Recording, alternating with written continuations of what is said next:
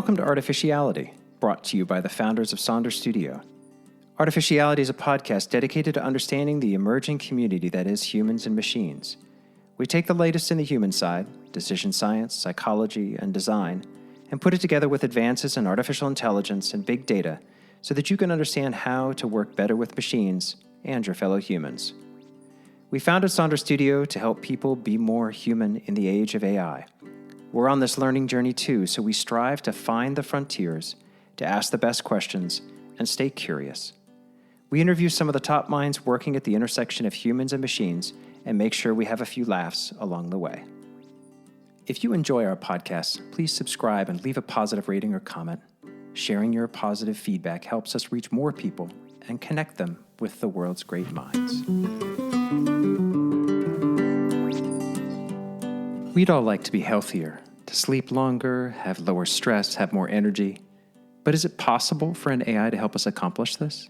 And how would that experience feel? What data would we need to provide? How would the AI encourage the behavior changes required? Would it feel like a friend or a bully? Would it work at all? To answer some of these questions, we talked with Tom Hale, the new CEO at Oura. Oura makes a fascinating device that monitors a long list of signals from your body, all through a ring on your finger. That ring connects with an app on your phone that gives you lots of data about your health. Perhaps most interestingly, in addition to the facts about your health, the app provides suggestions for what you might do differently. And it provides those suggestions in a way that seems cautious about making too many conclusions, leaving the true agency with you. Neither of us owned Oura rings before our conversation, so we couldn't bring that experience to the podcast. But after our conversation, we both decided to buy one and give it a try. Our sizing kits are on the way, and the rings will follow soon after. We're planning to record our reactions to the rings, so subscribe if you haven't already to get an alert when we publish our experience. Prior to joining Oura, Tom was president of Momentive AI, previously called SurveyMonkey, chief product and operating officer at HomeAway, and a longtime executive at Adobe Systems. Tom's personal experience with the Oura Ring before becoming CEO is what tipped the balance and got us to become some of his newest customers. We'll be interested to hear if any of our listeners do the same. Tom, thanks so much for joining us on the podcast. We're really excited to talk to you. Thank you, David. Stoked to be here. Maybe you could start off by talking about your personal experience with the Ring as a customer and how that led you to now being CEO of the company. Yeah. It's a funny story. My last year, like many people, 2021 is a pretty stressful year, but for me it was sort of extra stressful, both on the family side and on the work side. And in the sort of November, December timeframe of last year, I was not sleeping, and I was trying all sorts of things to sleep. I was drinking wine on the weekends. I was trying to kind of find ways to get better sleep. And the truth was, it was really affecting me. It was affecting my mental state. It was affecting my performance at work. It was affecting, my relationships with my family. And I ended up getting a Ring and kind of was immediately made aware of this whole world of sleep hygiene and learning about what you can do to get better quality sleep. And so I started experimenting with ways to get better sleep. And, some of the easy ones that people talk about is that you eat your meals well before you go to bed. And that way your body is sort of not digesting food, it's winding down and you can kind of get into a more sleepy state.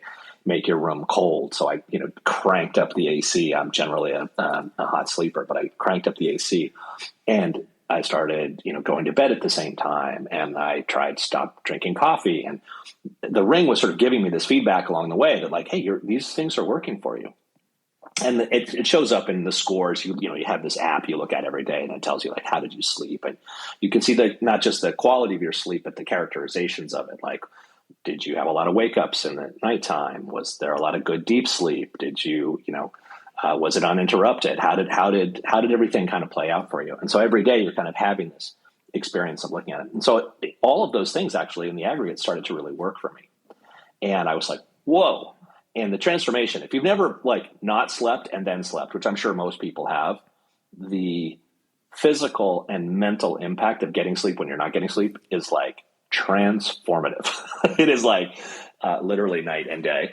And what I realized was, oh my God, this is a product that can like change people's lives in a really, really powerful and material way. And I was like, I need to be a part of this in some way. I need to be involved with this company. And so that sort of, kind of led me down the path. And at the time, they were looking for a new CEO. And so I raised my hand, and they were like, "Look, you're a software guy. What do you know? You come at this. You'd never worked at Nike, And I was like, "Yeah, but I really have a passion for this product, and I think in some sense I really put myself out there, and with some good luck and good grace, they decided to make me the CEO early in Q1, and I started on March 28th." So I've been the CEO for about 92 days. I guess it'd be interesting to understand, what is that like, that transition like, of going from a software guy to being a device guy, I guess. I'm not sure how you think about it, because it's both obviously a Ring and software. And that model of a combined device and software dates back a while. I think that was, if you go back long enough, it was really the genius of the iPod, was making the software connected to the device. But very few companies actually do that connection quite well and make that an experience that actually works well, straight out of the box all the way through to the long-term experience.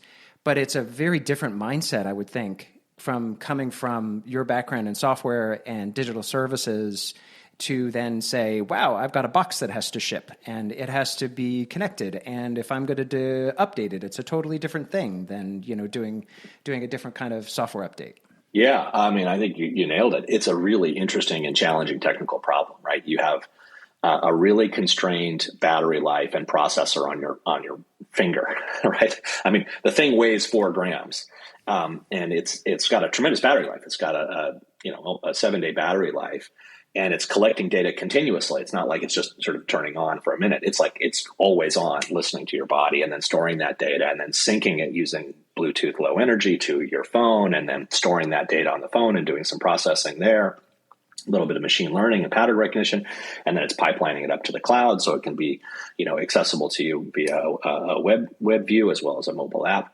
That's a complicated kind of set of interactions. It's physics and hardware interacting with physiology, which, by the way, really interesting set of problems, because the way it works is it's beaming light into your body, and based on the refraction and the signals coming back from those reflections, making a bunch of assessments about what your heart rate is, or your heart rate variability, or your pulse ox, or all these factors, your respiration.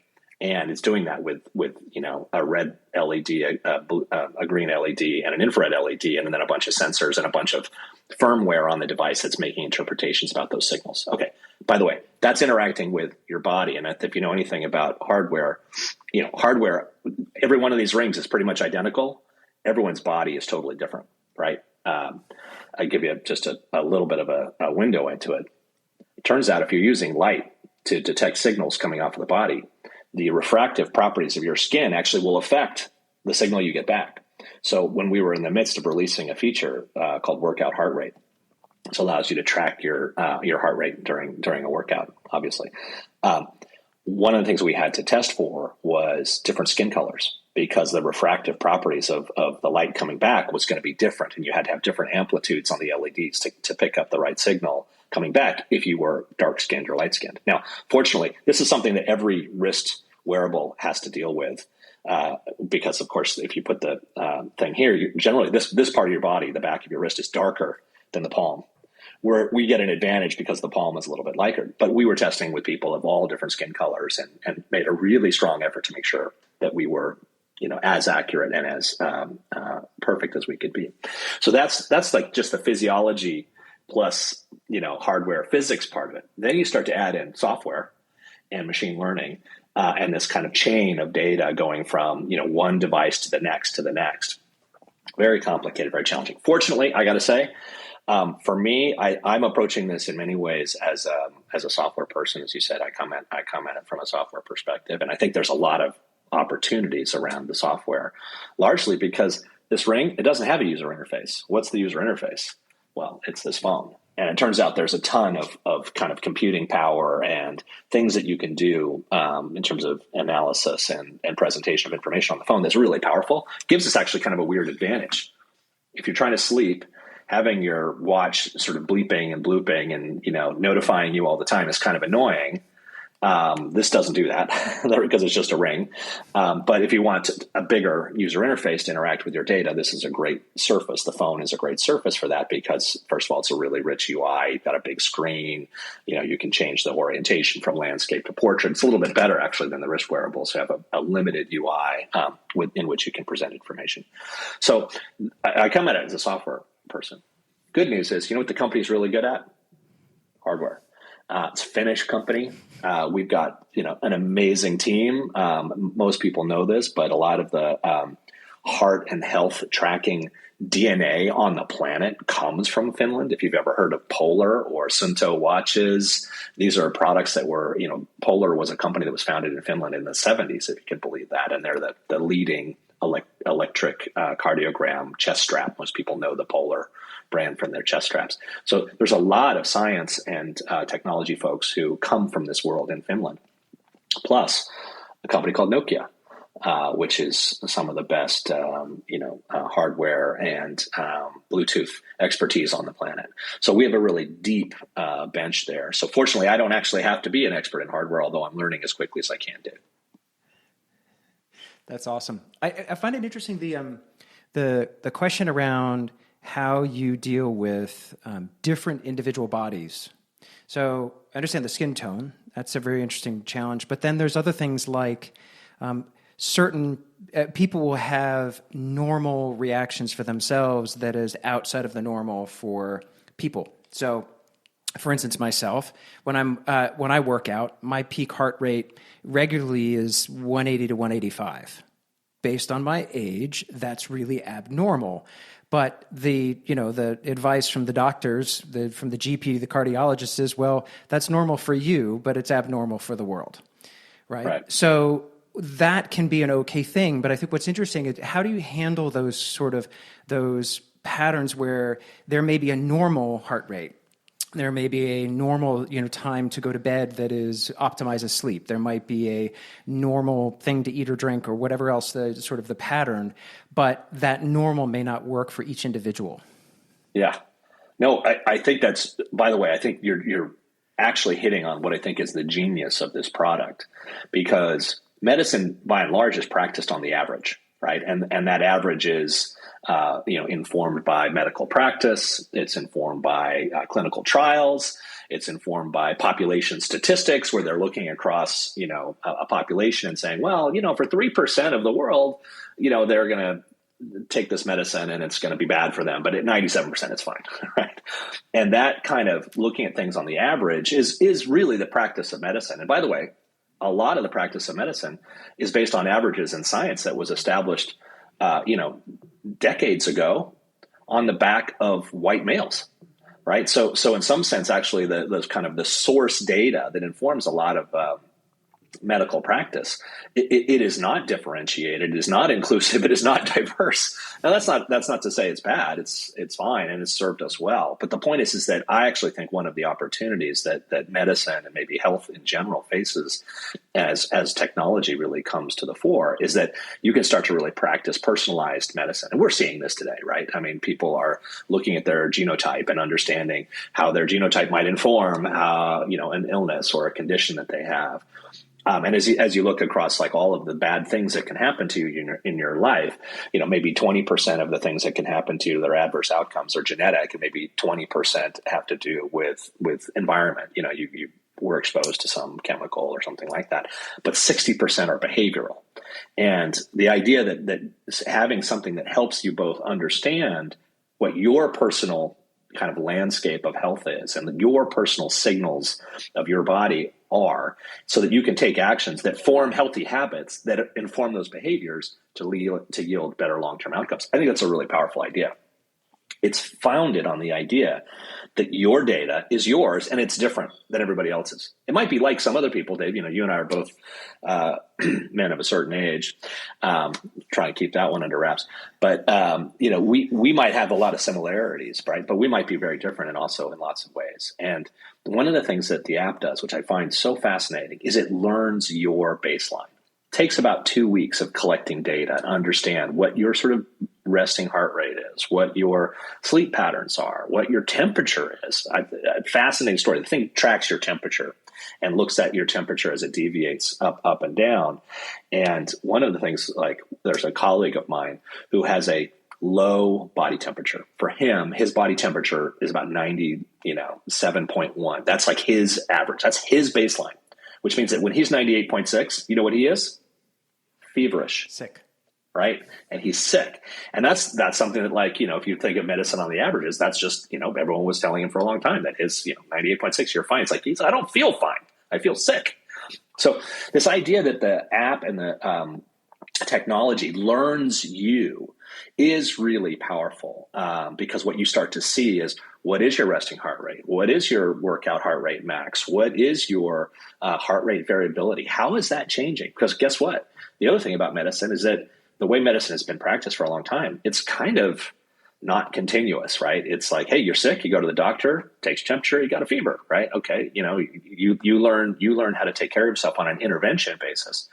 I think flipping the script, you're turning it around and saying, what is your body telling you every day, and how is that changing? And what are the actions that you're taking that's changing that? I'll give you.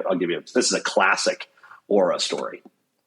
And this is what happened to me. As I used to think that drinking a glass of wine was really great for me because it would help me relax. And I'd drink coffee in the morning, and I'd get all wound up, and then I'd, sort of run out of juice at about, 7 and sit down, I just need to relax and drink a glass of wine. And I'd sort of, toddle off to bed and fall asleep. I thought that was a good strategy. Come to find, my Oura ring, which tracks your readiness score. Every morning you kind of wake up and you look at the phone and you see what your readiness is. You see how you slept. It gives you a score. It says, hey, your sleep score was, 74. Not bad. Maybe you could do a little bit better. Try this. Maybe turn down the air conditioning in your room. Don't use devices before bed. Don't watch Netflix. It's sort of giving you a little bit of advice. And then it gives you a readiness score, which basically tells you, looking across a bunch of biometrics, your heart rate variability, your resting heart rate, when your resting heart rate slowed down the night previous, what your temperature is, all this kind of stuff, how much activity you've been doing over the past 2 weeks. To give you a score, it says, hey, are you ready to take on the world, or should you take it easy today? So that's sort of the pattern. You kind of look at that. So I got used to using it, and I saw my readiness scores were sort of in the high 70s, and I'm feeling pretty good. And then Friday night comes around, and I'm all, kind of stressed out. And I'm like, I'm going to have a glass of wine. Next morning I wake up, and the app is like, what did you do? Your heart rate variability has plummeted. Your heart rate was elevated. Your temperature was elevated. What did you do last night? Did you have a glass of wine? And the thing is, like, this story of learning the impact of alcohol, not just on your kind of mental state or the sensation of being drunk, but on your physiology. Turns out alcohol does a lot of really tough things on your sleep. Who's ever had a glass of wine and had crazy dreams, right? That's like that's a trope. You sleep a little bit. Well, alcohol really messes with your deep sleep and your REM sleep, which means you get lower rest. And by the way, it also elevates your heart rate and your heart rate variability. So I was like, wow, I guess I really shouldn't be having that glass of wine. So I stopped having glasses of wine, and my readiness score, kind of kept on being steady and not dipping. And that change in my behavior, by the way, is huge, because it led me to say, well, you know what, maybe what I'll do is I'll cut coffee out. Because what I would do is I drink coffee and then I drink, alcohol to kind of wind down. So I'm like, well, let me try and go off coffee. And changing that behavior, turns out, also really helped, right? Because all of a sudden, if I'm not drinking coffee, I'm not on some sort of, kind of need to back myself down into relaxation. That's a classic example. Now, the thing is, all that stuff is personal to you, because for some people, a glass of wine might not affect their HRV, right? It might not affect their sleep. Maybe it takes 3 glasses of wine. I don't know, Dave. Maybe Alan, you guys, maybe you're big drinkers and it's no big deal. But like, that is a classic story. Whenever I talk to anyone about Oura, they're like, oh yeah, you had that moment, didn't you? You learned about the impact of alcohol and sleep. Did it change your behavior? Yeah. Maybe it's the datafication and the fact you see it on your phone that changes your behavior. Because I think we're just in denial if we say that alcohol doesn't affect sleep. I mean, Oh, definitely denial. We know that. It's a question of kind of how much. I'm really curious about the mental models that your customers have and how they vary. I read Matthew Walker's Why We Sleep book a few years ago, and realized that I'm one of the sleep paranoid. You know, read that book and suddenly it's like, well, if I don't get absolutely every last minute of sleep from exactly 10 o'clock to exactly 7 o'clock, I'm going to get Alzheimer's. And, it just made me more paranoid about sleep than I had been previously, compounding with various things that made sleep more difficult. And across my life, especially as a teen and in my 20s, man, I was a good sleeper. I'd get woken easily with sound, but I had no problem sleeping. And then, you hit your 50th birthday and suddenly sleep is just not easy. It's something that you end up thinking a lot about. And I'm curious about how your customers come to you, the spectrum of the ways they're thinking about it. Are people thinking about it from the perspective of, well, it's all about the quality of the inputs, and I know the inputs: don't drink alcohol, cool your room, cut off the light, go to bed at the same time, all these things that we actually sort of in broad brushstrokes have good science around. We sort of know those general guidelines. The difference between people that come with that idea and go, I just want to kind of track it, versus the people who are more the full-on quantified self. And I can't get this right unless I turn it into a project. And how they experience, a month later, a year later, who's still, what's their relationship with this, as you say, incredibly intimate device that is watching your every move while you are not conscious? Well, it's fascinating because there's no one answer, and our philosophy on it is meet people where they are. We have a little survey when people come into the app that sort of says, what's your goal? Like, why are you here? Right? Why did you buy this ring? And what you find is that the number one and two reasons are, number one, I want to stay healthy. Number two, I want to be productive and energetic, which I think many times relates to sleep because of a lack of sleep, you're feeling unproductive and not energetic. But quickly following on those two goals, you find people who say, my goal is to manage stress. That's a very different approach. That means they're coming like I was. I came to it with like, oh my God, I'm so stressed out. I need some way to like get relief. And sleep was a symptom, or bad sleep was a symptom of my stress. But what I really needed to do was to find ways to manage and alleviate that stress, as opposed to just get better sleep. Right? If I didn't remove the stress, I wouldn't have improved as much. And other people come with this idea of boosting athletic performance. So we have a lot of like super athletes. Kai Lenny's the world best surfer, and we have OBJ, who's a NFL wide receiver, Super Bowl winner. These are people who are using the product to kind of boost their performance, and for them, it's mostly about understanding how recovery and exercise interact. And sleep is a component of recovery, but a lot of recovery is deciding how hard to push yourself on a given day. And so having a score and a set of data, it's very different than someone who's coming at it from stress. Some people come at it from a mental health perspective, and they say, what they really want to do is they want to be more focused. And so for them, it's actually about almost like the meditative qualities of how sleep, and part of the app is like a place where you can take meditation, listen to a meditation, but watch the results on your body. Really fascinating, actually. I'm not. You guys probably are meditators. I am not. My wife is always after me to meditate, and I'm always like, you know what? It's not for me. And she's like, well, 3,000 years of human history might argue with that, and civilization has shown that like meditation type activities are really good for you. I'm like, yeah. I don't have time. Until I did a meditation in the app, and I watched my heart rate drop from 70 to 65 over the course of 10 minutes of deep breathing and mindfulness. I watched my heart rate variability climb. And heart rate variability, if you don't know what it is, it's effectively a measure of the stress and the tension between your parasympathetic and your sympathetic nervous system. It's about sort of the flexibility of your heart's timing of beats, how they relate to each other. And when your heart is stressed, actually your heart rate variability goes low. And when your heart is healthy and you're very physically fit, like superhuman athletes have HRV that's in the 150 millisecond range. Mine's in the 60. Anyway, so you would see the impact of this meditation. You'd see your body temperature rise a couple of degrees. Why? Well, because when you relax, your blood vessels expand and blood flows from your core to your extremities. It's the opposite of the cortisol stress response where you get stressed and you pull all the blood to your core to protect, so you're in the fight or flight mode.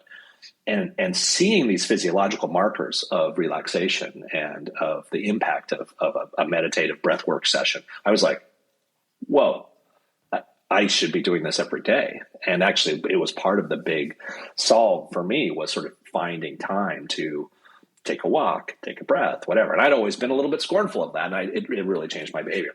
So to the point, people come at it with a really, really different mindset, depending on what their personal goals are. And in some sense, the product actually configures itself around that experience and orients around, what you're trying to solve for. So for example, if you, just to put it in concrete terms, if you come at it with like fitness is your goal, the home screen of the app gives you a view of your heart rate variability and your resting heart rate. That's what it orients around, as well as the readiness and activity scores and your sleep score. If you're trying to, get mental focus, it tells you how many mindful minutes you've had, right? It sort of gives you a sense of what data might be most interesting. I've learned a lot. And one of the things that I've learned is that for some people, actually, data, and maybe you're like this, Helen, data can be stressful, right? There's a condition called orthosomnia. I don't know if you guys have ever heard of this, but it's about people who are so upset and so focused on getting, the most out of sleep that they actually ruin their sleep because, they wake up in the middle of the night and they're like, how am I doing? And so, one of the philosophical ways that we approach the experience is we try and make it as calming as possible. And actually going back to being a software person, I was like, hey, everything in this app is sort of shades of blue. Can we have like some reds and some greens when things are going well, and maybe red when, and they're like, no. Calm. If something's going well, we don't want to like make people feel like they're failing at sleep by giving them like a red, like the most aggressive will be is like, hey, Helen, looks like you might have been disturbed last night. Maybe should you check and see if there's any environmental sound disturbances in your room? Maybe you should pay attention to that. So pay attention is like, the most aggressive will be, as opposed to be like, Helen, your sleep was terrible last night. What did you do? And the thing is, the app has different sort of almost like states of mind. Sometimes I feel like the app is, it is so incredibly intimate. And I'm making all these connections about things that I did and what it's telling me. And I feel like we have a really interesting dialogue. And sometimes the app's like, hey, Tom, you look a little tired. I think maybe you need a little more rest. And that's like, the good friend app. And the other time's like, hey, Tom, like, get off your butt. You've been sitting for a long time. Get up and get outside. Like, you need a little more activity. And that kind of almost like accountability buddy / trusted friend. It's really interesting because if you build a trust with it and you say, oh, yeah, that's right. I am a little tired. Thank you. You know what? I'm going to give myself a break. I'm going to go to bed, which, by the way, as a type A crazy person who's always driven to succeed, and the macho of sleep for me was always like, I don't need sleep. Who needs sleep? I am going to power through this, which, by the way, turns out has served me well, but is also really, really, counterproductive. And now that I've changed my whole outlook on like, I had much better sleep, much better mood, much better energy. And my strategy had started to change. And I do credit the app with that. So anyway, people come at it with a really, really different, with a different need state and different goals. And in some sense, we try and meet them where they are. Some people are really focused on tracking their cycle. So we orient the app around that if they told us that. I think this is really fascinating. I mean, we've spent how many years in the world of AI, and one of the things that came out at the very start of our obsession with the machines and humans working together is what the right kind of personality, what the right kind of voice, what the right kind of relationship is with these personal AIs. Because, I mean, take the experience of doing the things on Apple Watch, right? It's pretty matter of fact, but it has a bit of personality that strays into the kind of Western didactic. Yeah, you're doing great. And some things go even further than that. You know, wow, good on you. But very few have developed enough trust and enough sort of specialty around the model that people bring to be able to push back and to be able to say, and to essentially to provide a coaching and metacognition that you're allowing the software to be a metacognitive strategy for you. So it's keeping that thinking done for you and feeding it back at the right point. To the point that your experience describes being quite grateful and being happy to be made aware of those things, to the point that it increases your agency because you go, oh, okay, I'm going to do that now. Like you've given up coffee and you've given up alcohol and you're still a fun guy. And, you know, all of these things that you didn't think were possible. and you're now meditating. I mean, my God. I gotta ask, did you have a spousal moment where you're like, the meditating's working, and she's going, yeah, I've been telling you this for years. She did have a moment of real joy when I confessed that it did work. Good.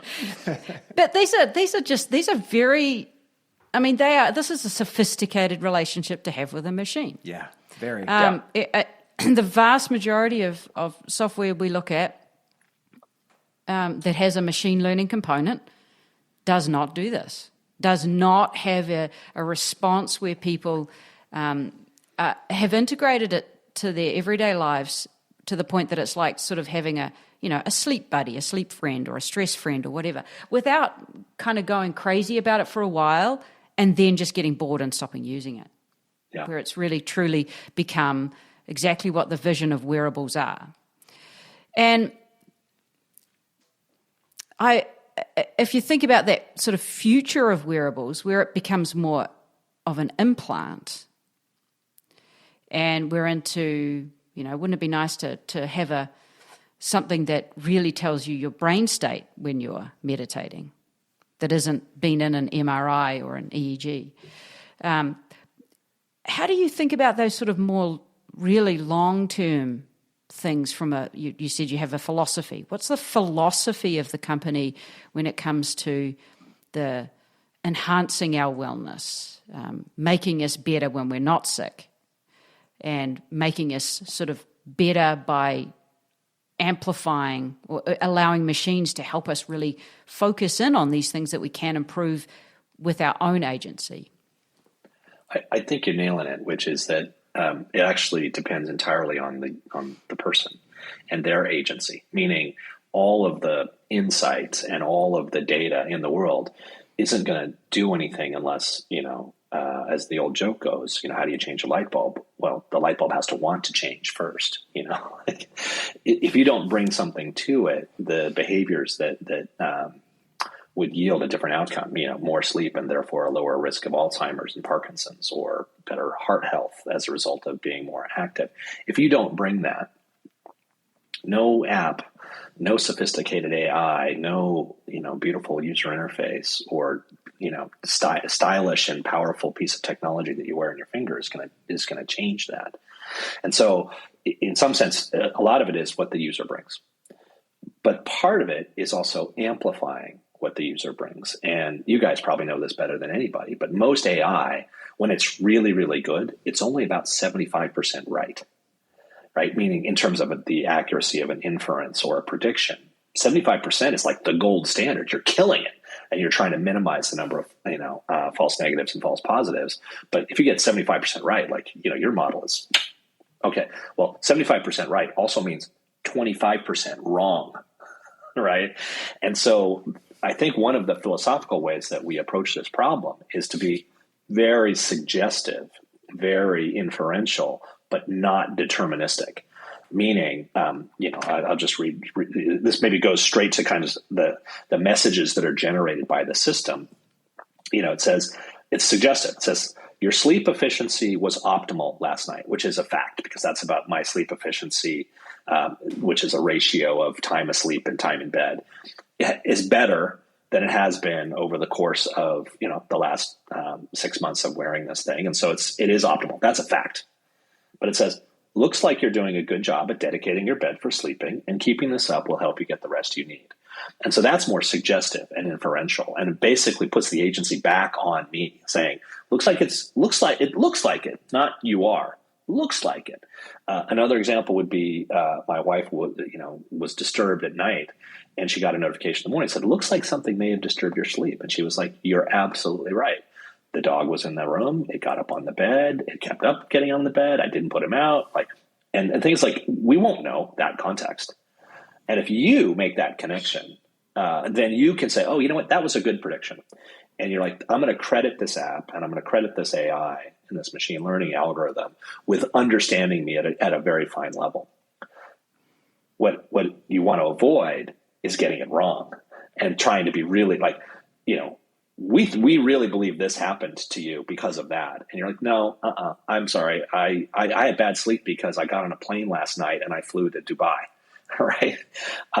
And so I think one of the ways that we think about this is you try and get the user to bring the context, and you get the user to bring some portion of the meaning that the system can derive.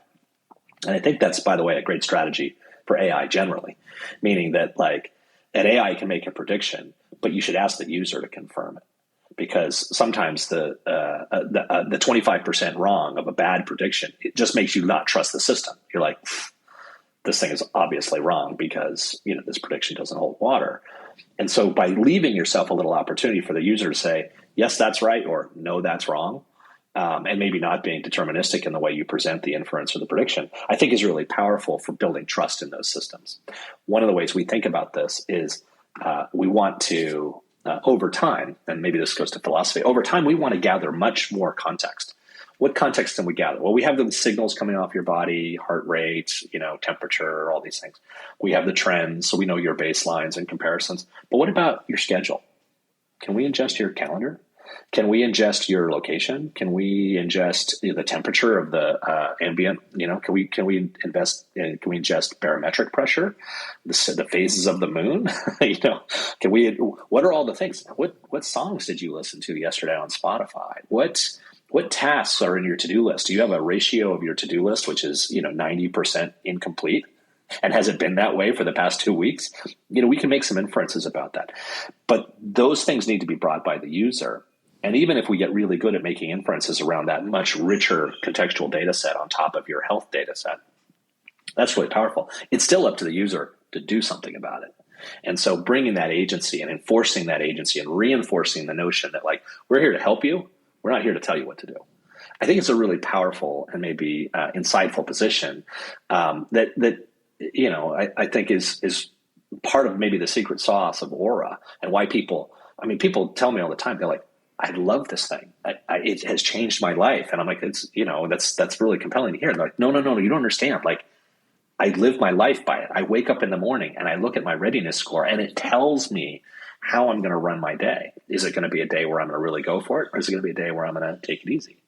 And that kind of loop of feedback and agency and decision making, where it's really about man-machine interface as opposed to the machine, your robot overlord telling you what to do.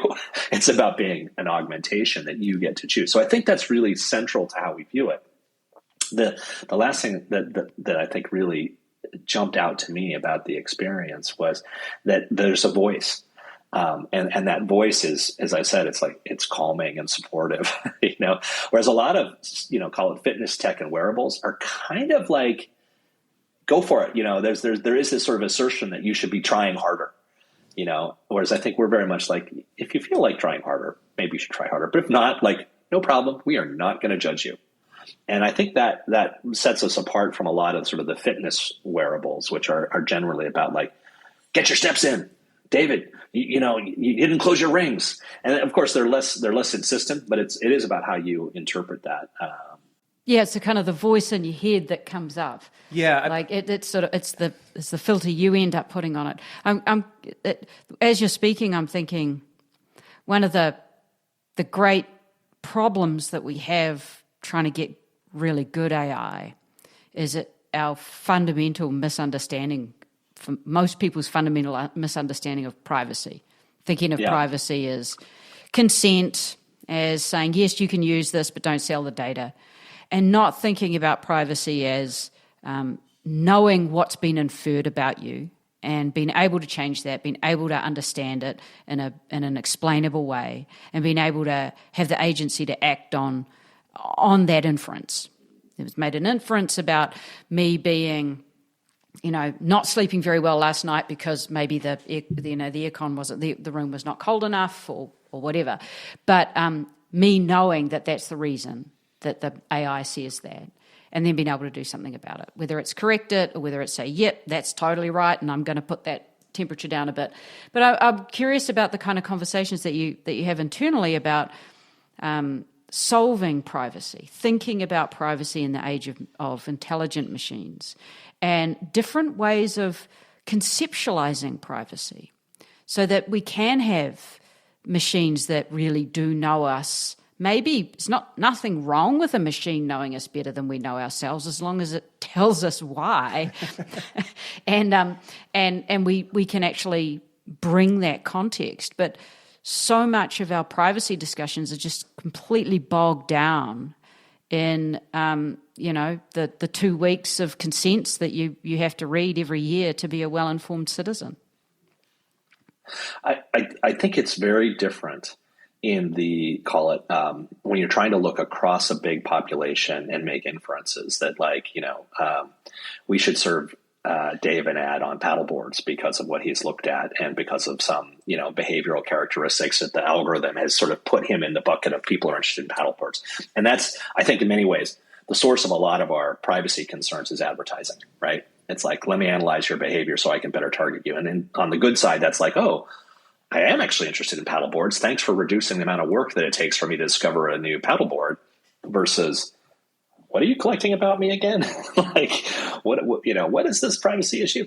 So I think what actually is interesting about Oura, and maybe health in general, first of all, there's very strict privacy regimes around health for all sorts of good reasons. Being able to make sure people get insured and make sure that their health care that's provided to them is services them and doesn't sell them snake oil.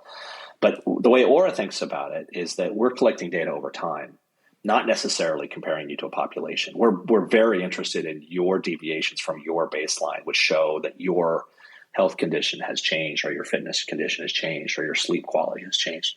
And that's a very different set of problems. And I think it obviates actually a lot of the concerns that people have around privacy. But here's how I think about it. And this is, by the way, front and center for us right now because of Roe v. Wade. Right? Because one of the things that the app does is it does period prediction based on the cycle of your temperature. If you are a person who menstruates, like, your temperature travels on a sine curve, which is incredibly predictive of when your cycle starts and stops. And by the way, it's also great for conception. It's also great for contraception. This sort of cycle data is really important. But also, if you're trying to prosecute somebody criminally for, the intent or actually having an abortion, that data could be something that they could use in a courtroom against you. Now, of course, I actually think that we're probably like fifth or sixth in line behind your location data, your search result data, all that kind of stuff in terms of some evidentiary stack of things that said maybe you had an intent to break the law of the state of Mississippi. But we're in there. So here's how we think about it. One, should they come to us for that data, we are going to fight like hell to say that's your data and it's not the state's data. And the state shouldn't be able to access. It should be private to you. And I think we'll be seeing in the next couple of years a lot of evidence and court and litigation around this topic. It's going to be really interesting to see. I think Roe v. Wade is going to force this issue of who's got sovereignty over data. That's one. The second is I think the solution is that you hold the encryption key and we don't. The intermediate solution is you can delete the data. So, should the state of, whatever come after you, you should be able to delete that data, and therefore it's been purged, and so it can't be used against you. But the ultimate solution, if you believe that data is valuable to you in the long term and you don't want to lose it, is that it's encrypted and you hold the encryption key, meaning the only person who can either access it or give rights to it. You are the sovereign owner of that data, and you have the sovereignty enforced by a technical mechanism of encryption to which you hold the key. You are the key. And in fact, maybe even your biometrics that validate who you are the key to allow it. So no one can kind of like crack it unless they're literally, physically you, which is a really powerful idea, I think. We're not there yet, certainly. But there are people who are looking and thinking about identity sovereignty in a way. People are thinking about, like, how do we do this on the blockchain? How do we do this in a decentralized way so that the markers of identity or the mechanisms of authentication are not centralized? It's not Facebook says you're Dave. It's you and your body that says you're Dave. And Dave allows you, your Daveness allows you to do a lot of things that you could access and control. Things like maybe you could share your healthcare data with this doctor and not this insurer. Or you can subset that data and say, this is the data about my heart. I want you to look at it because you're a heart doctor, but I don't want to give you the data about my cycle because I don't want you to have that data. And that kind of both fineness of control and the integrity of the mechanism, I think that's where this all goes. And what that also means is that if you're going to do machine learning, it has to be done with consent. And it has to be done in an anonymized way, right? Unless you're saying it's just for me, in which case you can consent to have it done for you. And instead of looking across a population, we're looking across time. Yeah, I find this just a fascinating product. And especially when you talk about how much more can be done with these biological signals as the sensor technology matures and things get smaller and all those kinds of things. And with this baseline of trust and preserving agency in the user in a way that is pretty much unique in its personality from what we've seen. One of the things that we spend a lot of time on is we teach a lot about making decisions and making decisions with data and making better decisions. And there's a whole section that we work on around interoception and getting better at understanding the signals from your body and how they're driving and affecting your decision making. And this has sure got me thinking about, like Dave said at the start, okay, so what would he have to say for you to get to buy one at the end? And I'm like, well, there's this and there's that. But really, if this thing could sit on my finger and tell me this is a bad time to make a decision, you're like, to me, it's more like where we're going with the more conscious monitoring. Sleep is definitely valuable. I'm kind of, my personal approach right now is I know the quality of my inputs. That's good enough for me. But I'm kind of like intrigued about some of these stories you're telling. But the real kicker is help me during the day. Yeah. These interoceptive signals. Can you tell me this is your best time to exercise? Like you usually put it off all day. I either go out first thing in the morning and get it done, or it's like, I really need to get on the spin bike now at 5:00. But if the Oura said, you know what, 11:30 is your time, girl. Block your calendar.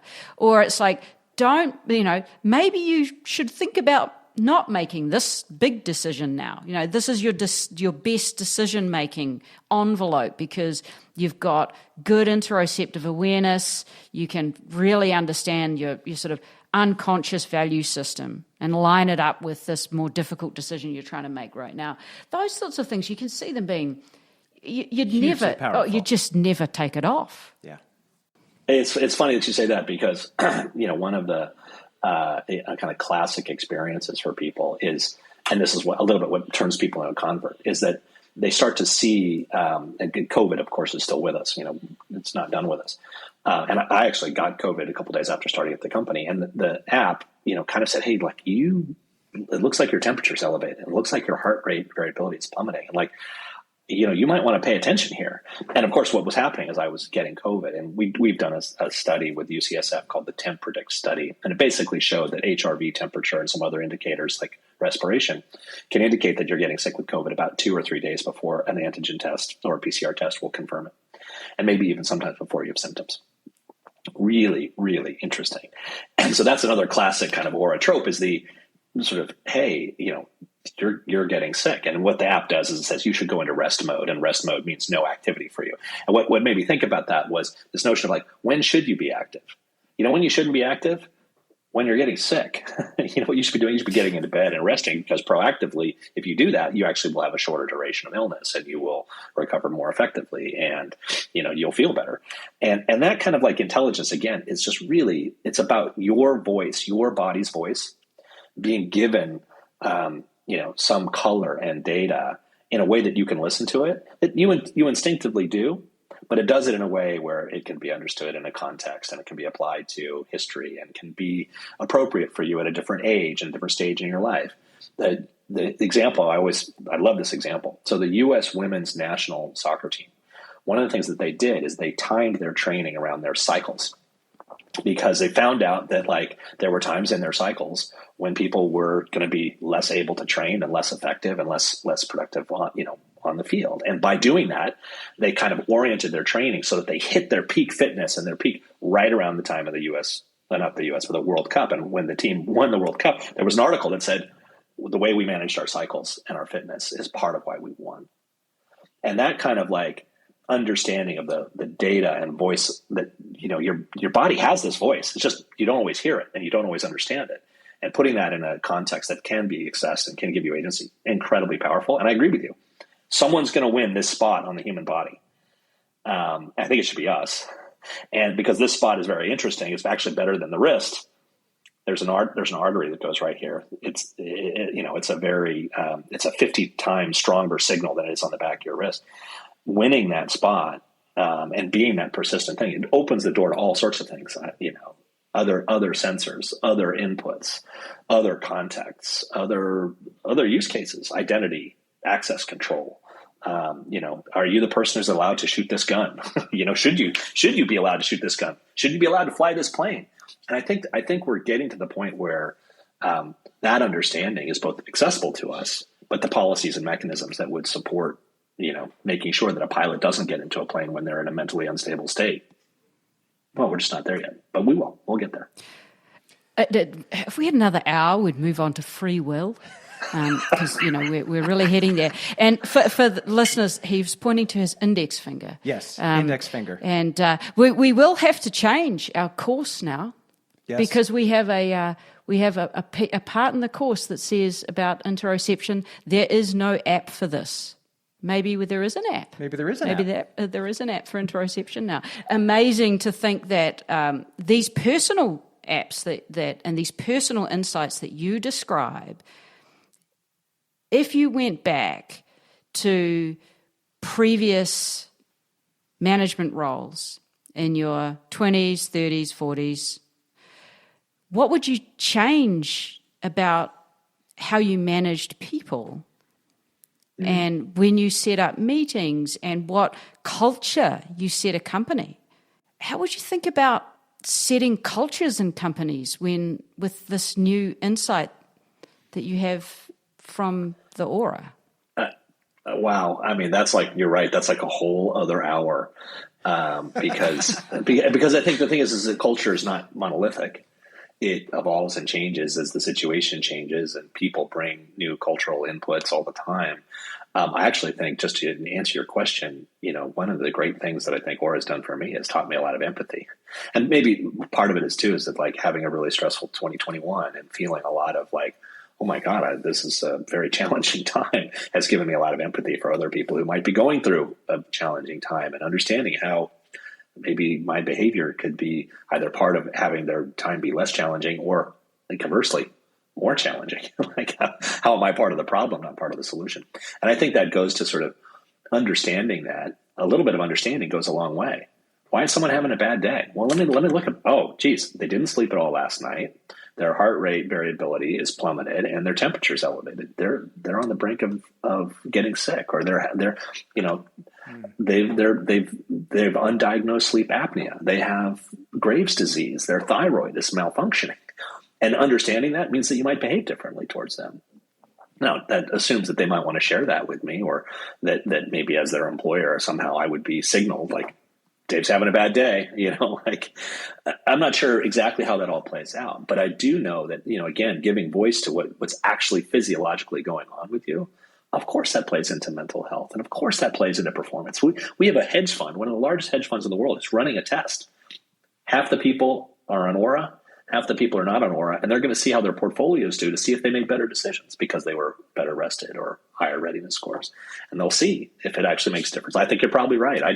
I know when I'm, going to make a bad decision because I'm on tilt. The app can tell me that. Maybe I know it myself, but the app can tell me when my heart rate's elevated and when I'm outside my baseline and my, temperature's elevated and all those things that are markers of stress. I would love to hear the results of that hedge fund study, because the interoception thing that we talked about comes from a guy named John Coates, who studied Wall Street traders. And what he found is those who understood that, who had a better feeling of their own heart rate, made more money, which is fascinating. Anyway, I want to thank you so much for all of this time. We've greatly enjoyed this. We could easily go another hour, or two or three, but this has been really fascinating, and I really appreciate you taking the time. Thank you, guys. Happy to come back anytime, let you know what I've learned a year from now, 6 months from now, whenever. Thank you for having me.